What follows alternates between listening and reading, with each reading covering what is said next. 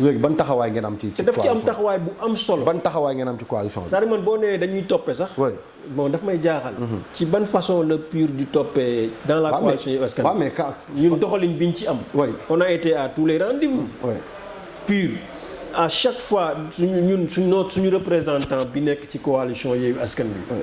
donc Cheikh Tidiane Youm. représenté fa le président du parti. mais ñun dañu am satisfaction taxawaay bu am solo la fa taxaw. ba lépp loo xam ne PUR tey waroon na ko am ci biir coalition bi am na ko n'est-ce pas nit nag mënul am lépp loo bëgg mais en tout cas PUR desul gannaaw te gis nañu suñu bopp bu baax ci biir coalition boobu te li nga xam ne war nañ ko ci am comme ni ko ci yeneen parti yi waree am ñun am nañ ci suñu wàll bu baax a baax te moo tax ba léegi ñun dañu gis suñu bopp ci biir coalition bi parce que gëdd bi ñu ci war a jox nañ ñu ko position bi ñu war a jox PUR ñëpp jox nangul nañ ko ci PUR. c'est-à-dire président man fi may waxee toppe bi c'est pas que da ngeen topp si ginnaaw ni mais c'est-à-dire taxawaay bi ngeen ci war a man su ma gisee par exemple seen liste nationale bi am na yu ma si jot a gis nekkoo leen ci premier nekkoo leen ci deuxième nekkoo leen ci troisième nekkoo leen ci quatrième nekkoo leen ci cinquième position alors quand vous me dites que nag yéen a constitué PUR bokk ngeen ci ñi ko taxaw. non ñun ñoo jël troisième place bi liste nationale bi. c'est PUR qui occupe la troisième place su ma juumul Cheikh Tidiane Youm. n'est-ce pas suñu responsable national membre du directoire responsable de la stratégie politique du parti. kon après boobu nga jox kooku moo jël troisième. kon après nga jox moo jël troisième d'après liste yi ma jot. parce que liste yooyu aussi. man jotaguma ko nii de façon officielle. gis naa ko gars yi partagé ko ci réseaux sociaux yi. mais liste yi ma gis. Cheikh Tidiane Youm occupe la troisième place. sur la liste nationale. d'accord alors parti suñ ko waxee mooy parti buy dem élection. waaw beneen bi mooy dafa am loo xam ne aussi man. mënuma la ci peut-être parce que man siégé wu ma conférence des leaders. mais li ma gis daal mooy taxawaay bi mu fa taxawaay te loolu mais man je me rappelle meeting wu Tivaouane bi ay dëmboo ci boppam moom moo taxaw. sant Cheikh Youm. gërëm ko rafetlu taxawaayam ci biir conférence des leaders. d'accord man je suis d'accord avec vous alors parti day dem élection. donc dem ngeen ci ay coalition bokk après te am ci benn taxawaay. alors 2024 bien vrai que ñëwagul mais dañ koy aspirer. alors taxawaay bi tamit day nekkaat ci coalition bi et bu ko nekkee tout le monde te dit que voilà Ousmane Sonko moom mooy patron. non loolu c'est pas ça les termes de l'accord xam nga y a ce qu'on appelle l'accord cadre. boo xam ne charte la boo xam ne les partis membres de la coalition. ñoom dañ ko signé. li cadre accord cadre boobu wax mooy élection yii ñu génn muy élection locale yi. dañuy bokk liste. mooy comme ni ñu ko defee woon. législative yi également dañuy bokk liste. n'est-ce pas. bu ñu ci paree nag. fexe am majorité assemblée. maintenant bu ñu ci paree nag élection présidentielle yi li accord bi wax mooy ku nekk mën na bu ko neexee mu demal boppam. ku nekk day demal boppam. waaw ku mu neex nga samp. yéen da ngeen di demal seen bopp. non xaar bu pare rek léegi boo demalee sa bopp samp sa ndënd maintenant nag li ñu d'accord mooy bu ñu demee 2024 ku nekk samp ndëndam. bu ko neexee mu samp ndëndam. maintenant dañuy après soutenir. coalition Yewwi bi gën a placé. bi jàll. ñun ñëpp dañuy àndaat soutenir ko. loolu mooy accord bi. maintenant PUR dana am candidat suñ fa àggee 2024 wala duñ ko am. mënuma la ci tontu. mais daal accord cadre bi. mooy li ñu wax mooy 2024. parti bu neex mën nga samp sa ndënd. mais bu ku nekk samp sa ndënd ba élection yi am. après deuxième tour dañuy jàppale nit ñëpp. waaw mais xam nga président quand vous me dites que 2024 ndax da ngeen am candidat wala du ngeen ko am c'est-à-dire mënoo ma ci wax c'est-à-dire day revenir ci li ma waxoon sànq ni PUR dafa bëgg moom di topp mënu jël benn initiative. c'est-à-dire boo gisee ma wax la mënu ma ci wax. mooy mais parti yëpp xam nañ ni ñoom dañuy dem élection 2024. c'est-à-dire non je sais que PUR c'est un parti. da ngeen amul leader boo xam ne war na ko mun toog na ko wala. non PUR li mu yor ci ressource. ci compétence. macha allah. ñeewuñu kenn. mais nous sommes un parti très organisé. te dafa am yoo xam ni aussi mënuma toog fi ne la bon supposons man ma tëb rek ne la 2024 dañuy dem ci élection yi. mais yow war nga ko mën a xam la ko wax non. non mais yow war nga ko mën a xam parce que parti nañ boo xam dañuy organiser lépp lu ñuy def. lépp lu ñuy def ñun nous avons un président du parti. n'est-ce pas même ñun bu ñu amee xalaat dañ ko koy jox n'est-ce pas président bi jox ñu ci ndigal. n'est-ce pas y a les structures du parti man fu mu toll nii mënuma fi toog ne la mais loolu su ma la waxee sax da nga ma war a reetaan. d'accord mënuma fi toog ne la alors PUR day dem élection 2024. non du ma la reetaan. non loolu structure parti bi d'abord le président. le directoire. ñoom ñooy toog n'est-ce pas président bi ne na mu ko defee woon 2024. n'est-ce pas ne dañu bëgg a préparer 2017 dimanche na mu ko defee woon ne préparer wu leen dañuy dem ci élection yi. ñun ñëpp ñu taxaw. n'est-ce pas yii passé noonu. 2024 bu ñu waree am candidat. moom danañ ko wax. d'accord su boobaa ñun ñëpp ñu commencé organiser wu mu seet. d'accord mun nañu. diw na nekk candidat wala nangam après ñu seet nañuy amee. d'accord na li nga mais man fii ma toog nii. donc président je suis tout à fait d'accord. li nga nangu pur nangu ko seen bopp moom ngeen di bañ a yeneen parti yi. Sénégal émergé wul parce que pratiquement difficulté yi bari na ñi sonn nañ d'ailleurs loolu moom moo tax boo gisee li am ci élection locale yi passé pratiquement un régime boo xam ne tey da nga dem élection locale perte département yi ëpp solo yëpp. perte Dakar. Pikine Guédiawaye. non Pikine perte bon Pikine bon enfin waaw Pikine ñoom ñoo ko jël ak Timbo. mais boo pertee Dakar Kër Massar Thiès. Guédiawaye. pratiquement yi ëpp solo même Kaolack. non yi nga jàpp ne dafa loolu c'est très significatif. non est-ce que nekk yow yaa jàpp ne yooyu ñoo ëpp solo. comme si ñoom est-ce que jàpp ñoom yeneen yi ñu gagné moo ëpp solo si ñoom. non c'est-à-dire je veux dire département yoo xam ne si du point de vue démographique laa bëgg wax. mais solo bi mooy nombre de mais département yi nga wax yëpp mun naa la si rimal département yi nga xam ne ñoom mosuñu ko gagné aussi. y a des départements yoo xam ne ñoom mosuñu ko gagné quand vous me dites Dakar Benno mosu gagné Dakar. quand vous me dites Kaolack donc surtout mun nañ ko d'accord. quand vous me dites Guédiawaye mun nañ ko d'accord mais ay Thiès ak yooyu mosuñu ko gagné.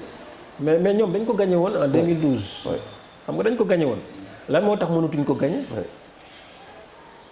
lan moo tax mënatuñ ko gagné. yow loolu nga jàpp mooy baromètre bi que ne. non c'est-à-dire que yow xam nga boo ñëwee pouvoir nga gagné. département yi ëpp kii en terme de kii nga gagné ko démographie. bon nga dawal quelque temps élection ñëw gagné too ça veut dire que ça loolu c'est pathétique ça veut dire qu'il y a un problème. te boobu léegi comment se fait-il que département yooyu mënuñu ko gagné moo lay wan ne gestion bi ça pose problème. ça pose problème. donc si je comprends bien vous voulez dire que yow foofu ngay nattee quoi que dañoo perte élection. moo tax comme analyste yëpp foofu lañ ko natt. non man quand je vous demande par rapport ak croissance économique bu Sénégal. xam nga même élection 2019 bi. c'est que Macky Sall même élection 2019 bi. oui pratiquement defe naa gañewul woon ci kii yooyu. daf ko waroon permettre mu mën a ressaisir. pour def loo xam ne bu demaatee élection dina récupérer ces bastions là. oui. mais président loolu du baromètre parce que tey boo dajalee li ngeen am ak département yi ngeen gagné commune yi ngeen gagné ak ñoom fi ñu gagné ñoo leen ëppale su nekkoon présidentiel ñoom ñooy gagné c'est-à-dire man bugguma nga analyser foofu c'est-à-dire fi ma bëgg nga analyser mooy est-ce que dëkk bi voie bi ko président teg est-ce que mu ngi émerger wala émerger wu malgré toutes ces réalisations yi nga xam ne def na ko ak aussi yow fii nga xam ne moom nga jiite on a vu que président non yow xam nga boo xoolee pour ma joxaat la beneen exemple boo xoolee le front social actuellement tey jii boo xoolee secteur yëpp ñi ngi def ay revendications enseignants yi bu yàggul lañ leen proposé pour mën leen calmer amee ak augmentation de salaire ak yooyu waa santé gis nga leen temps yi seen ñaxtu yi. mais barki xoolee yeneen secteurs yeneen mais démb aussi tamit nga jàppale askan bi démb aussi tamit nga jël ay famille yu bëri. jox leen ay bourses non mais c'est bien. waaw mais donc loolu il faut nga wax ko. non loolu non c'est bien. oui non man je ne suis pas un nihiliste. mais li ma gis lu ëpp mooy ci population bi ñi ëpp ci population bi. yor secteur yu am solo muy waa santé waa éducation. ak ñeneen ñu ci ëpp. n'est-ce pas nekkuñu secteur yoo xam ne tey la ñu waroon am nañ ko boo jëlee tey par exemple yow Sénégal nga fi nga dëkk ñun ñëpp tey dañuy dugg ci biir askan wi. xam li fa xew. tey jii kenn ku ci nekk la nga mënatoo ko. n'est-ce pas il y a un problème de vécu quotidien tey sénégalais yi ont des problèmes même pour manger loolu yow xam nga ko ñun ñëpp xam nañ ko fii tey ñi fi assurer 3 repas quotidiens des repas yu mat yi ñu war a yi nga xam ne dañ ko soxla li nga soxla nga ndékkee ko li nga soxla nga añee ko li nga soxla nga reeree ko mais ñi ko fi am tey ñi ko mën fii tey bëriwul te loolu rek baromètre la yow xam nga ci dara tu habites dans la banlieue ñun ñëpp ci banlieue bi lañ dëkk léegi loolu da nga ko bëgg a jël sogo ko président non mais c'est que système bi la système bi ni mu doxalee la yow tey denrée yëpp lañ yokk lépp yokku ceeb diwlin loo fi jël tey yokk nañ ko alors nga bëgg wax ni on émerge parce que émergence tam nit ñi parce que tam problème bi nekkul ci defar ay pont wala defar ay kii mais y a des choses yoo xam ni su amul nit ñi pour ñu mën a vivre de façon décente n'est-ce pas faj seeni soxla je pense que loolu moom priorité dara gënu ko nekk priorité te aujourd'hui tey Sénégal yi pour ñu lekk li ñu war a lekk sax problème la mais maintenant que voulez-vous comme ñu ne émergence bi ñoom alors que les gens n'ont pas de quoi manger. mais président accessibilité ak aussi tamit dem ak dikk bu yemb jàpp naa ne loolu aussi baax na dina permettre nit ki. ban dem ak dikk. mais yow fi nga dëkk nii rek Kër Massar yaa ngi nii da nga doon jooy sa station Kër Massar nu mu meloon ak nu mu doon feesee ak embouteillage. mais ba léegi mais tey su pont bi paree qu'est-ce que vous allez dire. su pont bi paree nga wax kooku pareegul. waaw mais non on va voir ba xam su paree bon. dañuy ñaan yàlla su paree. le pont là il est bon hein. bon mais. du loolu rek mooy affaire bi. oui d'accord naa du loolu rek mais jàppal ne loolu tamit dara la ci affaire bi. non je d'accord naa. oui d'accord naa ci. d'accord naa ñu ci mais il reste beaucoup à faire. d'accord il reste beaucoup à faire. donc ce pont là dañ koy saluer. mais du loolu rek mooy affaire bi quoi. du loolu rek mooy affaire bi. alors qu'est-ce que vous répondez aux gens qui disent que voilà temps yi di yëpp yéen a ngi sax déggante ak Macky Sall ba certains parmi vous dem nañ wuyu ju ko et ils sont prêts aussi à rejoindre yow ñu ngi siy dégg. alors qu'est-ce que vous répondez à ces gens qui disent ça. non man moom j'ai pas été voir Macky Sall. franchement bu ñu koy waxee tamit dañuy créer nii rek mais j'ai pas été voir Macky Sall seeti wu ma ko. seeti wu ma déggante ngeen quand même. non déggante wuñu non plus franchement. loolu moom ay création la. mais amul. création la amul. am na nag ñu ma woo naan ma dañ lay yóbbu boole la Macky Sall. ñu nga woo comme ñan. waaw ma ne leen non non ñooñu jarul may tudd seen ma ne leen. non le ministre du département wala. non ay nit yu nekk ci département bi. c'est des ministres du département. bon ma ne leen non man loolu moom. parce que président bu ma soxlaa xam na fu muy jaar. mais ay nit duñ ma woo naan ma alors dama la bëgg yóbbu ci président. parce que ça veut dire que su la président woowee boppam mun nga ko wuyu ji. non loolu xam nga. président bu la woowee parce que man même ñi dem dama jàpp ne. daf leen woo en tant que peut-être maire. moom mu nekk en président de la république woo leen. xëy na peut-être ñoom dañu dem wuyu ji le président de la république. n'est-ce pas. yow leen nga bëgg ma ne la suma président de la république woowee du ma dem. non pas man nga ma bëgg yow yaay wax nga bëgg est-ce que bu nga woowee da ngay dem wuy ji. non mais nañ bàyyi ba mu woo ñu rek. non dañuy mais ay tierces personnes mënuñu. président day seetaan entretien bi mun na nga gis ne non wax nga dëgg président conseil départemental war naa ko woo mu ñëw wuy si ma. ah mais bien sûr est-ce que si vous avez le problème oui non y a pas de problème c'est juste dañ bëgg a xam rek. mais j'aurais préféré na yooyu buy am na ñu bàyyi élection yi passé ndax contexte bu ñu toll nii suñu moo woowee dafay xaw a du nuru dëgg-dëgg genre entretien de travail ak yooyu te beneen bi mooy dafa am benn promptitude bu ñu gis ci ñoom tey jii ku dem rek dañuy gaawantu tasaare sa image yi comme si ñoom loolu lañ ci bëgg pour discréditer et je pense que loolu du relation bu baax parce que nit ko si bu dee dañ ko woo pour liggéey ak moom mais à la minute près image yëpp ñu tas ko naan diw seeti na Macky Sall diw seeti na donc am na lu nekk suuf quoi. te man giseewuma noonu. parce que bu dee dëgg-dëgg en réalité dañ lay woo pour liggéey ak yow. ngeen waxtaanee lu jëm ci wàllu réew mi waxtaanee lu jëm ci wàllu département bi. mais pourquoi yàkkamti boobu. yow dañuy yàkkamti nga daje Macky Sall. ba après ñu tasaare bu dee loolu la mais loolu. dinañ woo nit sax du sawar a dem. mais aussi parce que kii dem dafa dem pour liggéey. mais est-ce que def échange ak président liggéey bi kese mais bu dee ñoom dañ koy utiliser. est-ce que pour jéem a yàq image yu nit ki ternir image am. mais est-ce que nekkul tamit aussi dafa dem wax fa leneen on sait jamais. ah c'est possible mais. yow say collègue maire gis nga si ñoo xam ne dem nañu wuy ji président Macky Sall donc ñu ngi jot sax info que ne le maire de Kër Massar Nord donc rallié na ci Macky Sall. je sais pas peut-être yow mën nga ci wax dara. non aw ma ci lu ma ciy wax sincèrement te loolu léegi laa ko gis nii ci réseau yi rek. bon aw ma ci commentaire franchement. est-ce que bett na su fekkee loolu am na. non xam nga man yaakaaruma mu bett ma parce que man c'est quelqu'un boo xam ne yaakaaruma mu nekk loo xam ne maanaam daf may xam nu ma ko mën a waxee sax. Adama c'est quelqu'un que je connais très bien. C'est un patriote, c'est un ami, un frère. man dama ko def confiance entièrement. n'est-ce pas je lui fais confiance. bon xaw ma nag lan moo am te bu demee wuy ji il a le droit de répondre au président de la République. Ça ne veut pas dire que dafa renier à ses convictions. man c'est un homme de valeur que je connais très bien. que j'apprécie. maintenant voilà loolu la mais loolu laa ci mën a wax. aw ma ci nag beneen information parce que moom woowu ma wax ma. bon dama ko gis nii rek comme ni ma ko gisee ci réseaux sociaux yi. mais man it ku ma fonk laa te je le respecte beaucoup. voilà loolu laa ci mën a wax. aw ma nag après nu mu demee. alors dañuy gis à chaque fois boo dajee ak peut-être les ministres du département ou les autorités du département ci ay daje yoo xam ne ñoom ña nga fa dañuy gis ne duñ la jox cër bi nga war a am est-ce que loolu def nga remarque wala yaa ngi ciy kii. mais loolu taxul ma bañ a nekk le président. oui. est-ce que loolu am na. oui. non man je ne crois pas gisuma loolu. gisuma daje boo xam ne duñ ma fa jox sama cër. oui. parce que à chaque fois que ma ñëw ci rencontre yi fa ma war a toog laay toog.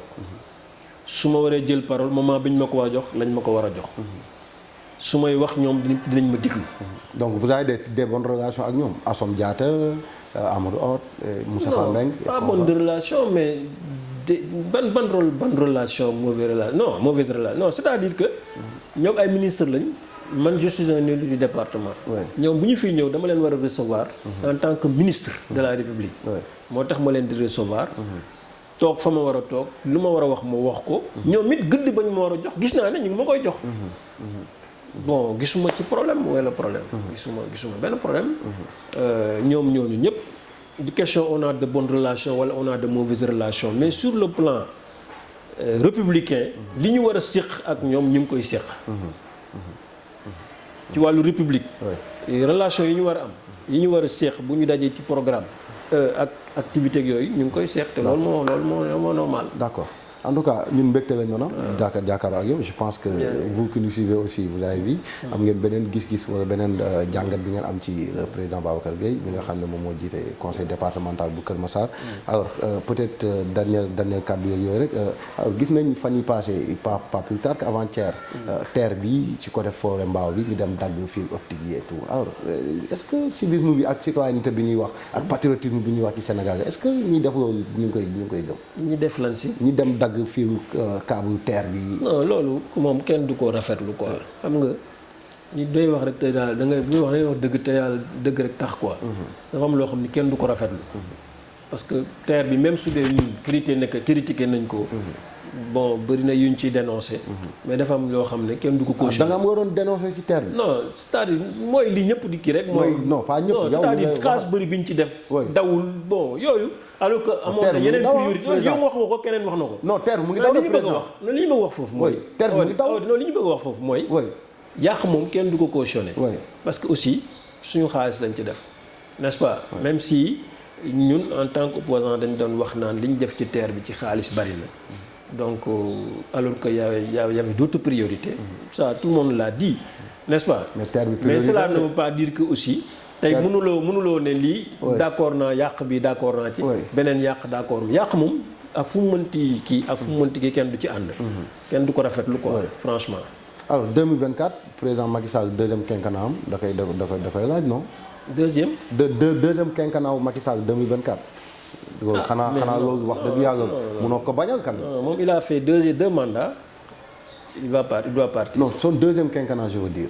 non deuxième mandat man je ne parle pas de 7 ans ou septennat ou quinquennat. mais la Constitution dit nul ne peut faire. plus de deux mandats consécutifs de 5 ans. il a déjà fait 2 mandats. La Constitution est très claire c'est lui-même qui l'a dit. Les constitutionnalistes l'ont dit nul ne peut faire 2 mandats consécutifs.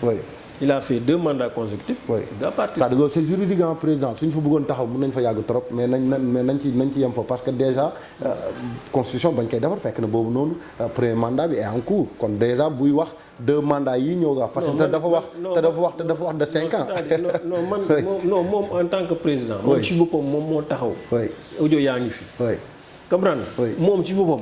ñi nga xam ne moom moo demandé à ce que ñu révision constitution. c'est lui-même qui a moom moo taxaw ne moom. moo ci dugal loolu. pour verrouiller la constitution. déglu leen audio yi. mais moom moo wax loolu. mais moom verrouiller la constitution. mais moom président Macky Sall ak constitution bi kan moo nekk ci kaw président.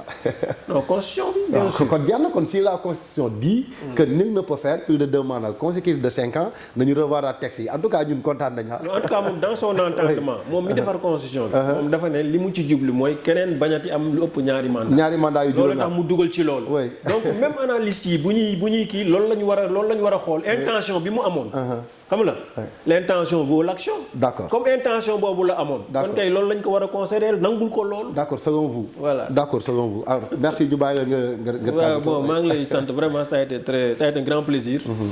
donc maa ngi sant ñi suivre ñëpp di la sant vraiment di kontaan ci émission bi. di encourager waat ñëpp rek. ñu bañ a yàkkamti incha allah. bu ñu yàlla dimbalee daal bon dina baax incha allah donc avec un peu de patience ñu góorgóorlu rek donc di talal loxo ñëpp it ci département bu bees yi parce que nous avons un département vraiment mais mën nga talal loxo ministre Amadou Hott coopération comme ni ngay wax ni coopération yi moom mën na si jàppale mais il faut le dire. non mais président loolu garaaw wax ko rek wax léegi Amadou juste dans la main pour nga ñëw jàppale ñu ci département non mais y a pas de problème. vous êtes bien dans votre rôle hein. non pour man président loolu du dara pour dire que au ministre Amadou voilà je vous tends la main. mais moom warul sax xaar ma koy talal. waaw mais non bu ko def patriote. mais bu ko def war nga ko mun wax. ministre de surcroît. oui non c'est-à-dire warul sax xaar ma koy talal. oui mais bu ko def wax ko rek y a pas de problème wax ko. amul problème non wax ko rek. léegi su ma ko waxee non man nii kii toog nii di baro dama koy talal loxo. le journaliste là. s'il est de Keur Massar dama koy talal loxo. il a des compétences. le ministre Amadou Hott il fait partie des compétences de ce département. faut le dire donc le professeur qui est là à côté le médecin tous qui sont des Massarois. d'accord je leur tends la main. d'accord mais c'est pour qu'ensemble. mais coopération nga wax da nga wax sànq coopération. waaw da nga ko wax non c'est-à-dire coopération. Amadou Hott moom daf si am xam-xam mais il faut dire que je vous tends la main pour que nga jàppale ñu si loolu. mais qu'est-ce que vous voulez je dis que je tends la main à tout le monde. à tous les Massarois. d'accord alors kon. mais vous êtes très bien dans votre rôle. alors kon d'accord. donc voilà donc je tends la main à tout le monde. aussi bien aux ministres qui sont là. aux professeurs. aux agents de santé. à tout le monde. n'est-ce pas aux sportifs. aux artistes. donc tout le monde pour que ensemble ñu mën a liggéey. développer ce département. d'accord maa ngi leen di sant di leen gërëm. merci man aussi mbégte rek boobu ngaa si ama vraiment yow moom dugg nga toog moo tax mais nit ku baax nga ku ouvert nga aussi. et loolu on tenait vraiment à vous le témoin wax ko si kanam aussi ñi ñuy seetaan. ñu xam ne vous n'êtes pas difficile à joindre et vous n'êtes pas difficile à rencontrer aussi donc si vous avez des idées pour le développement de ce département. venez voir le président ngeen waxtaan ak moom sur vos projets. mu approprier ko pour que département yi mën a avancer jëm si kanam en tout cas mbégte la ñuy am kontaan nañ trop donc maa ngi remercier aussi sa chargé de com bi. bu xarit la quoi ñun suñu xarit la il fait partie de nous donc ñu ngi koy remercier bu baax a baax ci oyofal ak yombal bu mu yombal peut-être daje bi ñun ak yow donc di remercier aussi Mamotine ak Alassane tey ñoom nga àndaloon ci entretien exclusif bi di leen jox dig daje peut-être ci yeneen entretien exclusif au revoir merci beaucoup